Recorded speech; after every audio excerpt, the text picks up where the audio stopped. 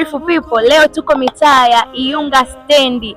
Leo tumekuja na kitu kingine, tumekuja kivingine. Tunafanya street evangelism kwa njia ya pranking. Yani we are pranking people into knowing God, into kuokoka. Kwa hiyo siku ya leo tunakwenda kuwaambia watu wawapigie ndugu zao wa karibu ili tujue wanalichukuliaje swala la wao kuto kuokoka na wenyewe wanaonaje waokoke. Twende na mimi leo, tunaenda Iyunga stendi kwa bodaboda huko, kwa vibaka na kila aina ya mtu. Leo tunaenda kuwapa watu maisha kwa Yesu. Twende. Na leo tuko Iyunga stendi, nimekutana na ndugu hapa. Nataka nielezee ni nani na anajishughulisha na nini hapa. Karibu. Unaitwa nani? Kwa majina naitwa Aled Mwire Mwanchese. Unajishughulisha na nini? Najishughulisha na driver bajaji. Driver bajaji. Toka wapi kwenda wapi?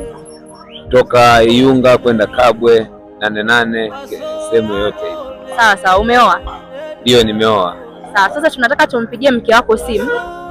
Tunataka wewe umwambie mke wako kwamba nimeamua kuokoka na kumfuata Yesu kwa kuamua kabisa. Afu msikia atasemaje. Na baada hapa tutakuachia zawadi nono. Sawa? Uko tayari? Ndio. Sawa.